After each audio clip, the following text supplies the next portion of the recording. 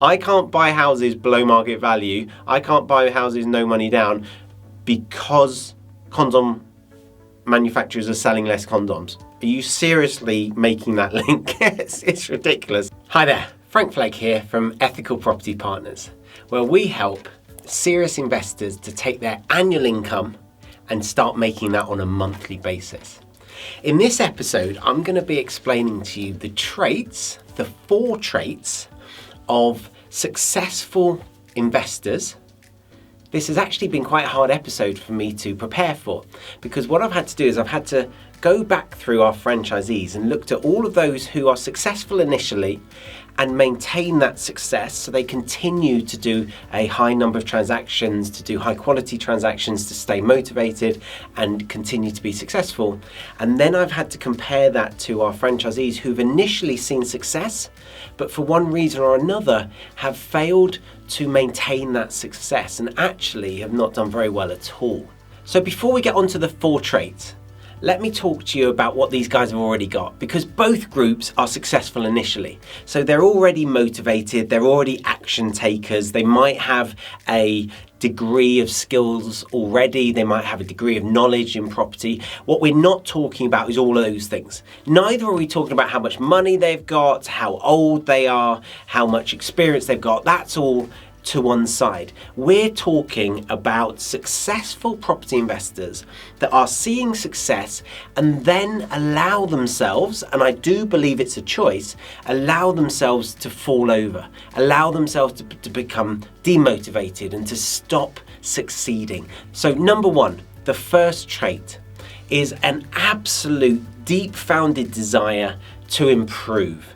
And Tony Robbins calls it kanai, constant and never-ending improvement. The Japanese call it kaizen. It doesn't matter what you call it, but these guys immerse themselves in learning. We have a book of the month every single month on EPP. In fact, you can see it on our website. If you go to the ethicalpropertypartners.com website, you can click at the bottom where it says Frank's book recommendations, and you can see the book that I recommend every single month. In fact, you can click on the link and buy it straight through Amazon. If you just read, there's like 50 books on there. If you read those 50 books, that's massive for your positive mindset, for your education. And that extends to coming on our daily webinars. We have a daily webinar on EPP to support growth and to support each and every deal. We have monthly training days, etc. So these guys immerse themselves in the education. The reason I think that succeeds, or the reason that supports their ongoing success, is because that tidal wave of positivity that we talk about at EPP is being generated from a really quality source. So the books that we read, they're from giants that have spent decades creating those books, writing those books, and you can consume them in 10 hours and then move on to the next one. The second trait that we see in successful investors who continue to be successful is that they ignore those around them. I'm seeing them a self-confidence that means that they're not impacted by those around them. We call them red flag people in EPP, people that we love, people that we respect, but actually don't know very much at all about what we're doing and aren't qualified to advise us on our SPI business. And so this inner confidence, this inner belief that they can judge what's best for them, that is a trait that I recognize in successful investors that continue to be successful. Some investors start doing deals and they get that initial success, but for some reason they lose confidence in either the system, or they lose confidence in themselves, or they allow others to inflict their beliefs. So, isn't it risky taking all this lending? Oh, maybe it is risky, I hadn't thought of that. Or how can you manage all these houses? Why do you need so many houses, etc.? So there's lots of limiting beliefs that happen here, but there's certainly a trait of believing in oneself and not being influenced by those around you that I see in successful investors. The third trait is that they have a long-term perspective. I have clients who have purchased maybe 3 investment properties in the last 40 years of their life. So they're, 40 years old and they've got 3 investment properties. And in the next 12 months, they buy another 6. So they double or treble their net worth in the next 12 months. And they're disappointed. They're disappointed because Fred, our top performing franchisee, did 15 deals last year, or Jane did 12 last year, and they've only done 6. Our successful investors that continue to be successful, they have a decade or decades long perspective. And if you're looking decades into the future and you're looking decades backwards, you can see and say, well, I bought 3 properties in 40 years and now I've just bought 6 in 1 year. Where am I going to be in 5 years? Well, if I carry on at that rate, I'll be 15 properties in 2.5 years. I'll be 30 properties in 5 years' time. That's pretty amazing given that I only have 3 for the last 4 decades. And where will I be in 10 years? Well, maybe I'll be at 100 properties in 10 years' time, etc.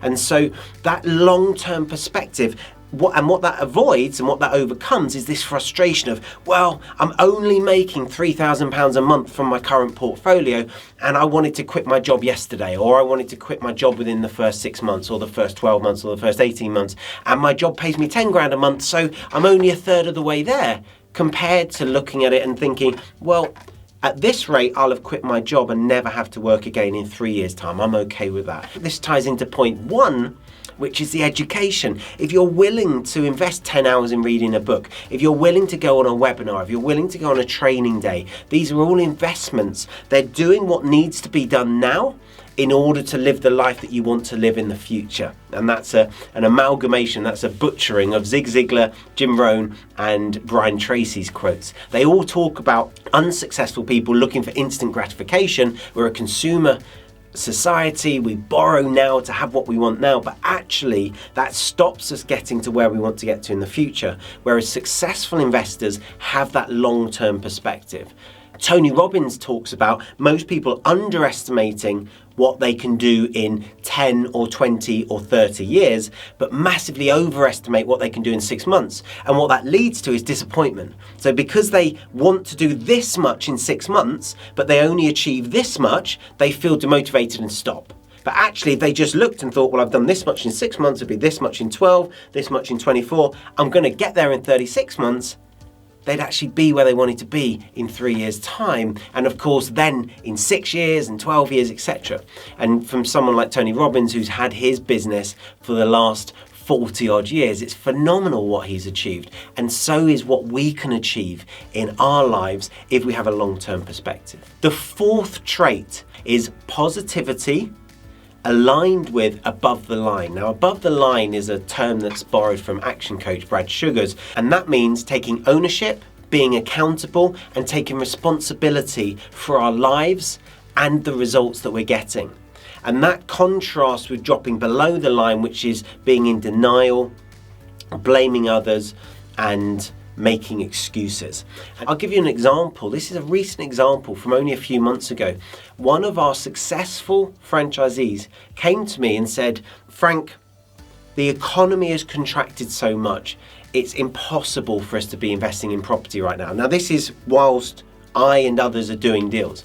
And I said, what do you mean? He said, well, aspects of the economy have contracted massively. And I said, yes, yeah. He said, like, for example, I was reading only yesterday, condom sales, this was his example, condom sales have dropped by 80%. And I thought to myself, well, of course they have. Like, people go to clubs and pubs and they meet people and they decide they want to be intimate, and so they grab some condoms out of a machine or they nip to the pharmacy or whatever. I imagine the number of impressions on Tinder has dropped quite significantly as well. I imagine the number of meals that are eaten out at restaurants has dropped quite a lot in the last 12 months for obvious reasons. But that doesn't change the fact that we were buying properties throughout. And I think there was a lot going on. I think there were other people influencing him. I think there were red flag people. I think there was a lot going on psychologically in terms of comparison, and lots actually going on. But in his head, he was looking for reasons why he couldn't continue his success. Whereas literally alongside him in similar parts of the country, and in fact across the country, people with the same level of experience, people with more money, people with less money, people older than him, people younger than him, were doing deals, were continuing their success.